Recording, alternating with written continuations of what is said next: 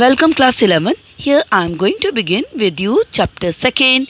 We are not afraid to die if we can all be together by Gordon Cook and Ellen East. See the next part. By morning on January 3rd, the pumps had the water sufficiently under control for us to take 2 hours rest in rotation, but we still had a tremendous leak somewhere below the waterline. And on checking, I found that nearly all the boat's main rib frames were smashed down to the keel.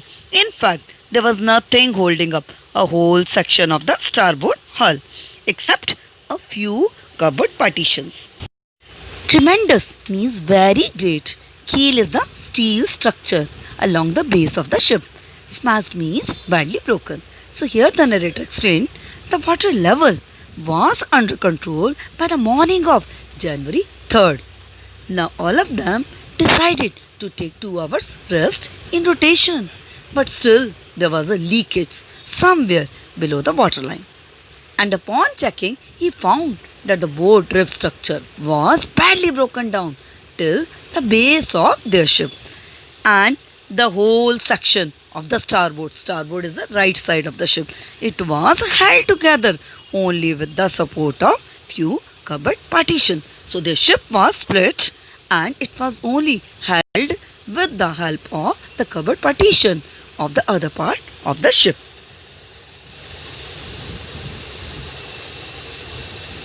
We had survived for 15 hours since the wave hit, but Wave Walker would not hold together long enough for us to reach Australia.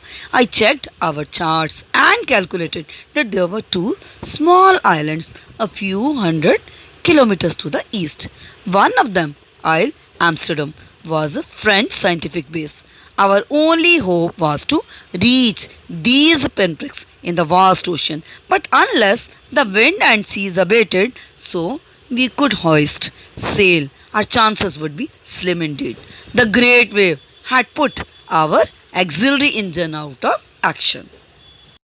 Pinpricks, that means a prick caused by a pin, but here pinpricks in the vast ocean means the 2 small islands in the vast ocean. That was their last hope of survival.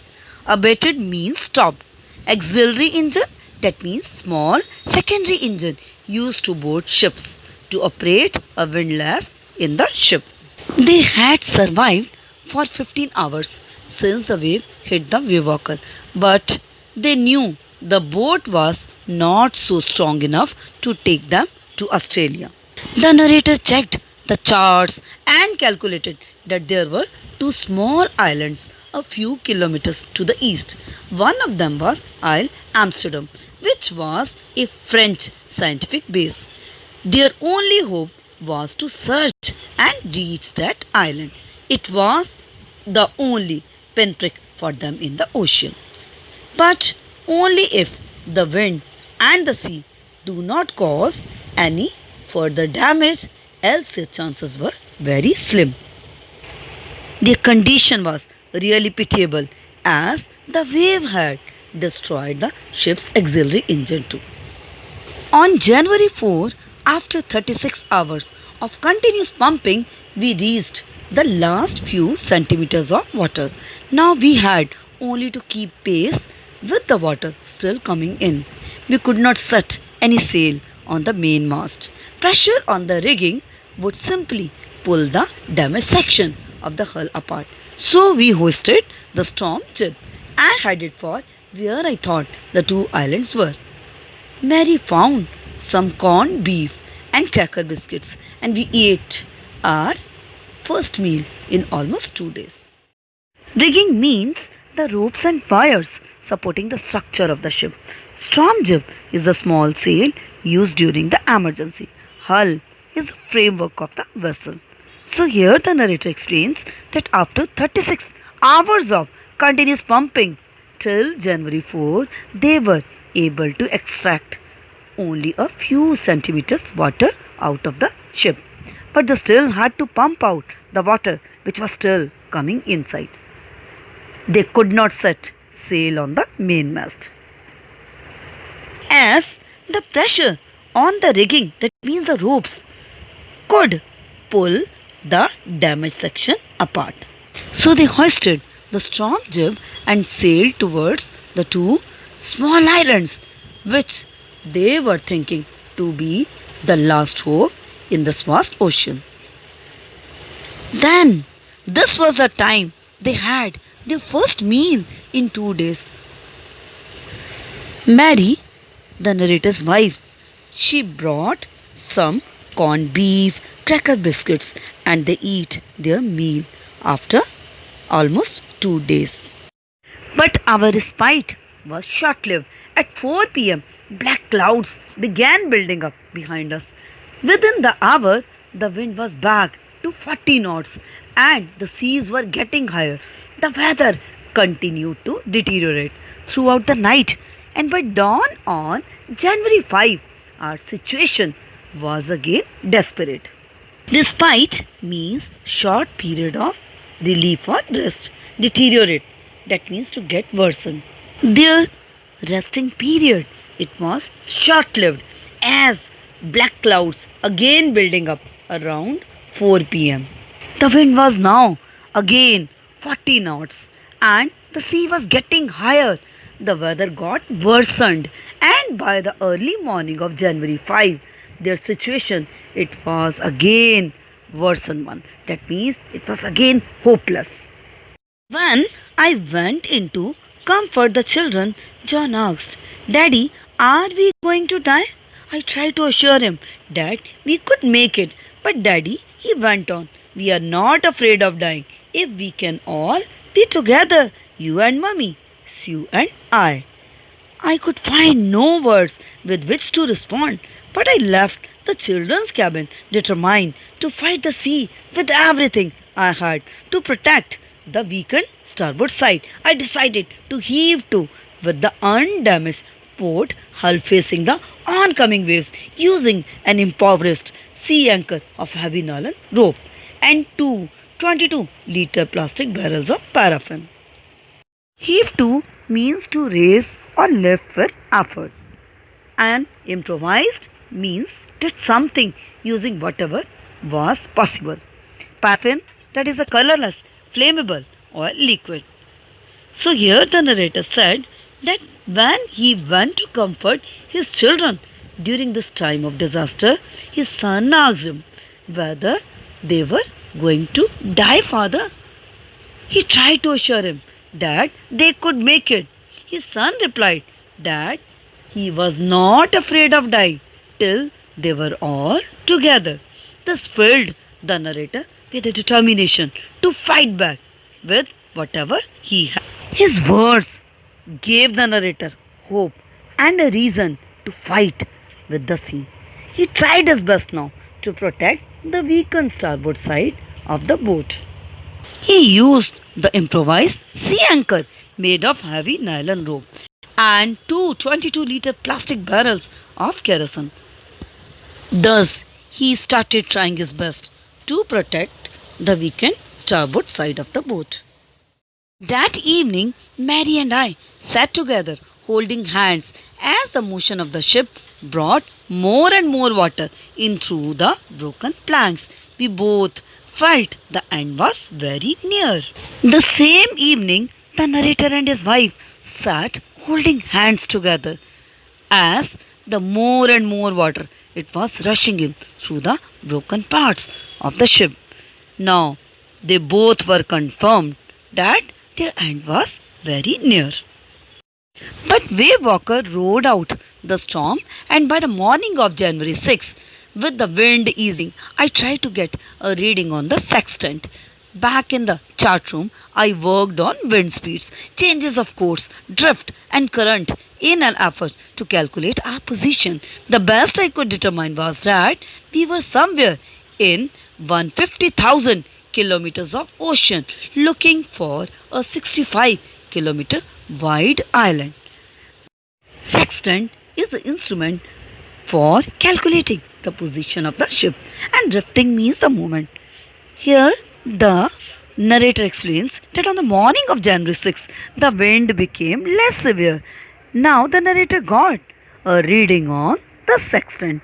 He hurriedly worked with the wind speeds, drift, and the current movement, and finally calculated their position in the ocean. Then they were something in 150,000 kilometer area of ocean and looking for a 65-kilometer wide island that is the last hope of survival in this vast sea.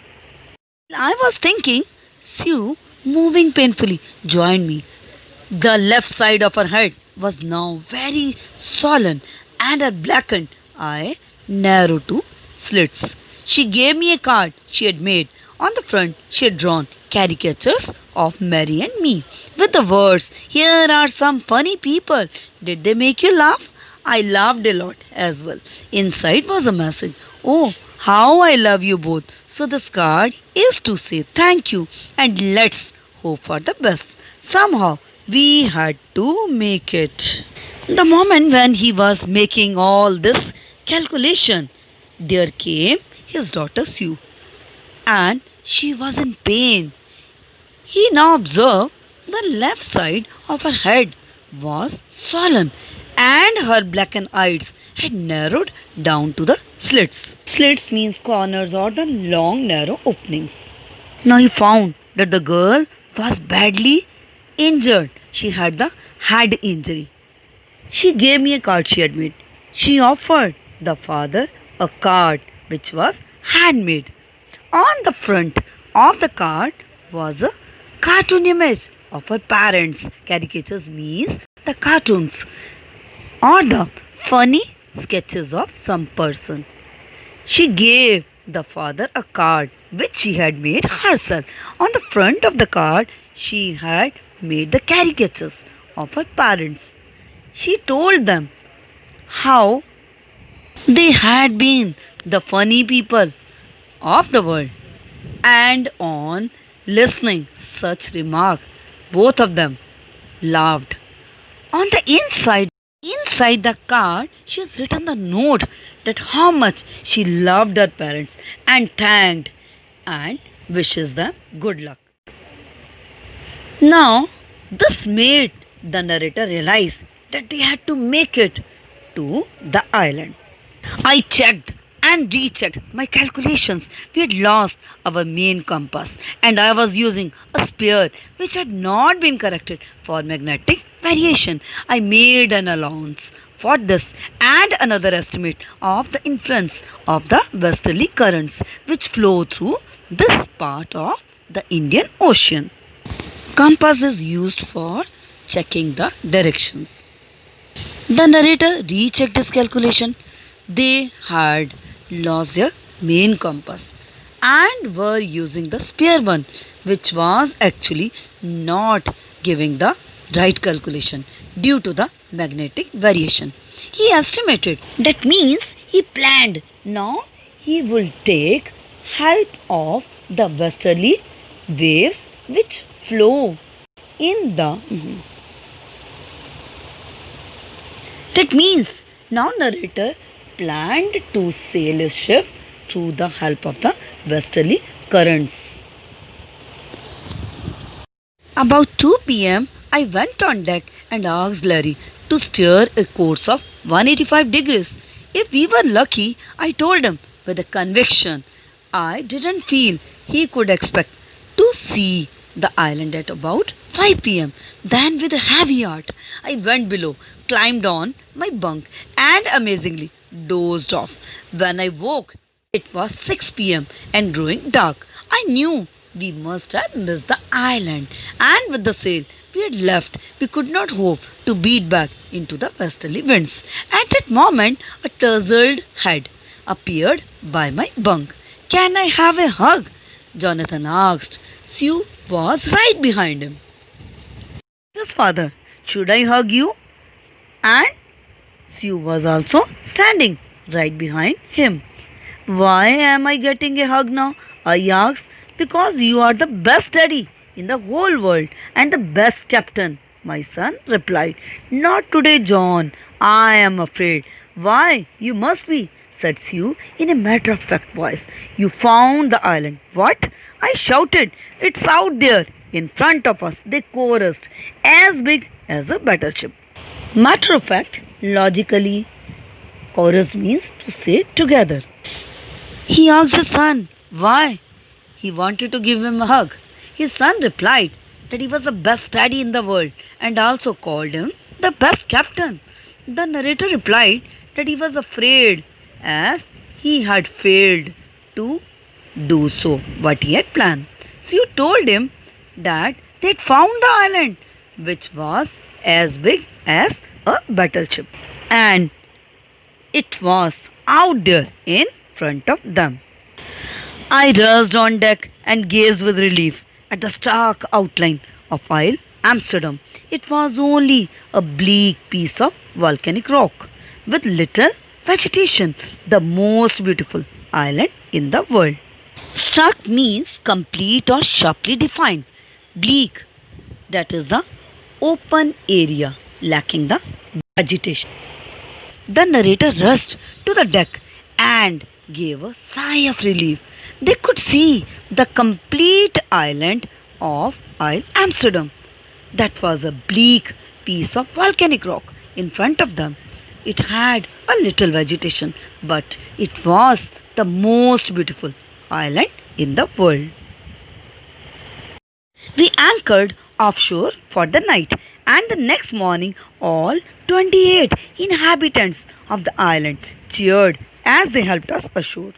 With land under my feet again, my thoughts were full of Larry and Herbie, cheerful and optimistic under the direst stress, and of Mary, who stayed at the wheel for all those crucial hours. Most of all, I thought of a 7-year-old girl who did not want us to worry about a head injury, which subsequently took 6 minor operations to remove a recurring blood clot between skin and skull, and of a 6-year-old boy who was not afraid. Anchored, that means landing offshore, that is situated at the sea some distance from the shore. Optimistic, that means hopeful and confident. So they landed their ship at some distance from the shore, and the next morning, all 28 inhabitants, all the dwellers of this island, they helped them to move on the shore of the land. As the narrator felt the land again on his feet, he thought of all the struggle of his crew members and his wife. He thought of his 7-year-old daughter who was injured badly. She had to go through 6 minor operations to remove the recurring blood. Recurring means overflowing blood clot in her head. His son, he remembered, who never gave up the hope and was not afraid to die if their whole family was together.